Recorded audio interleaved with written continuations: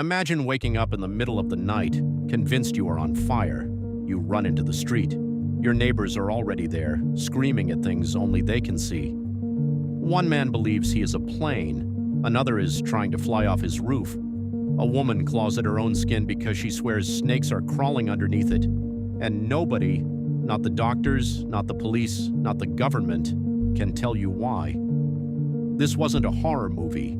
This was a real town in southern France in the summer of 1951. And over 70 years later, the real explanation is still not agreed upon. Pont-Saint-Esprit, a village of roughly 4,000 people sitting on the banks of the Rhône River in southern France. The name means Bridge of the Holy Spirit. In the summer of 1951, Europe was still recovering from World War II. Food rationing had only recently ended in France. Life was slowly returning to normal. The local bakery, the Roche Bakery Ade, had been supplying the village's daily bread for years. Nothing unusual. Bread was life. Bread was routine.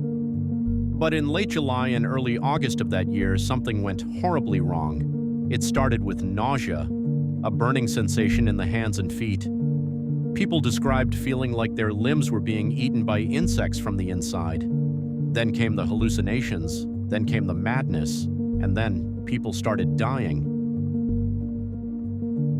Over the course of several days, more than 250 villagers were affected. At least 32 were committed to psychiatric institutions. At least 4 died. But the numbers don't capture what actually happened in those streets. One eyewitness account describes a man named Marcel Bloch, a local farmer, who was found on his rooftop in the middle of the night, shouting that he had turned into a bird and needed to take flight before sunrise. It took 4 people to pull him back inside.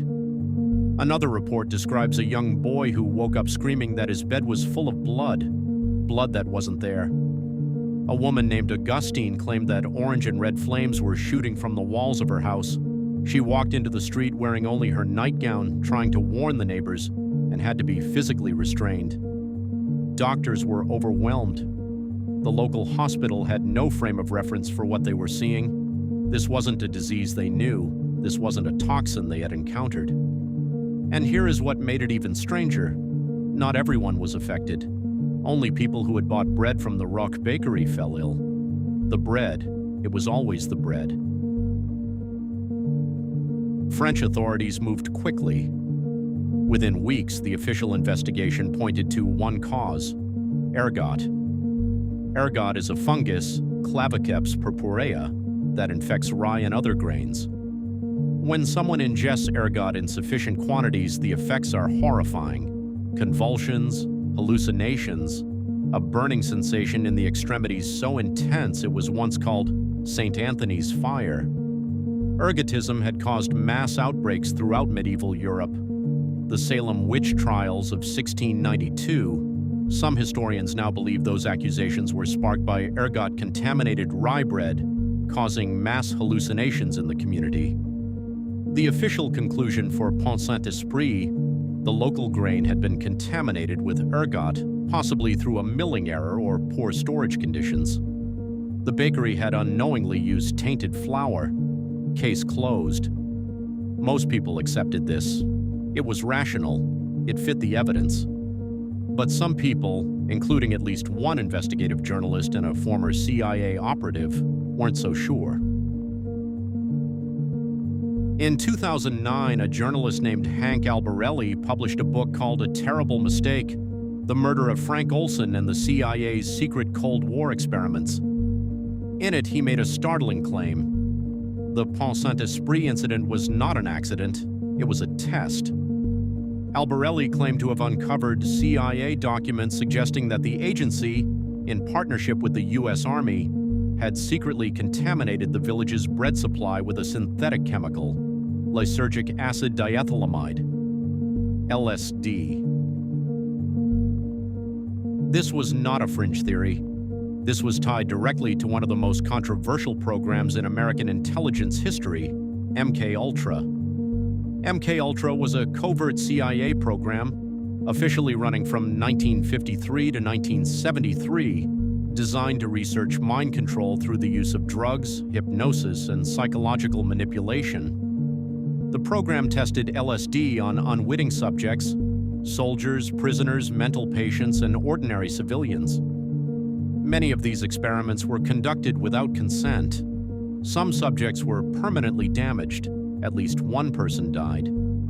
Albarelli claimed that Pont-Saint-Esprit was an early pre-MK ultra field test conducted by the CIA's Special Operations Division in collaboration with the chemical company Sandoz, which at the time was the only manufacturer of synthetic LSD in the world. The goal, he argued, was to study what happened when an entire civilian population was secretly dosed to observe the social breakdown, the psychological chaos, the potential for weaponization. Pont-Saint-Esprit in this reading wasn't a tragedy, it was data. Whether or not you believe the conspiracy theory, there is something psychologically fascinating about this story and about how we respond to it. When something this extreme happens, the human mind does one of two things. It reaches for a clean, rational explanation. Ergot, fungus, contamination. It was an accident. No one is to blame. Move on, or it reaches for a story where someone intended this, where there was a plan, where there are powerful hidden forces pulling strings behind the scenes. Psychologists call this the proportionality bias, our instinct to believe that large, terrible events must have large, intentional causes. A fungus feels too small, too random, too banal an explanation for the suffering of 250 people. A secret government mind control experiment? That feels proportionate to the horror. The uncomfortable truth is this: sometimes the mundane explanation is the real one, and sometimes the conspiracy is exactly what it looks like. In 2010, a researcher at the John Jay College of Crime found no physical evidence supporting LSD contamination in any surviving samples from 1951. The CIA has never officially acknowledged involvement, but the MK Ultra files, the ones that weren't destroyed in 1973 when CIA Director Richard Helms ordered their shredding, show clearly that the agency was willing to do exactly this kind of thing.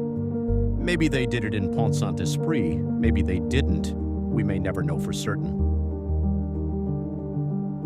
The village of Pont-Saint-Esprit still stands today. The Bridge of the Holy Spirit still crosses the Rhone. The bakery is long gone. The people who lived through that August still, in some cases, don't talk about it. A quiet shame, a collective desire to leave it in the past. But the questions don't stay buried. Was it a natural accident? The invisible ancient curse of a fungus that has driven men mad for centuries? Or was it something colder, something deliberate, something done by men in clean suits sitting in offices in Langley, Virginia, who looked at a map of a small French village and saw not people, but subjects? I don't know the answer. I'm not sure anyone does. What I do know is this: the next time someone tells you the official explanation is always the simplest one, remember Pont-Saint-Esprit. Because sometimes the most terrifying conspiracies aren't the ones that got debunked, they're the ones that almost got away. So here's what I want to know from you. Do you think the CIA was involved, or was this just a tragic accident? Drop your answer in the comments below, and if you believe there are other historical events that have never been fully explained, tell me. Because this channel exists for exactly those stories. If this video made you think, share it with someone who trusts the official version of everything. See you next time.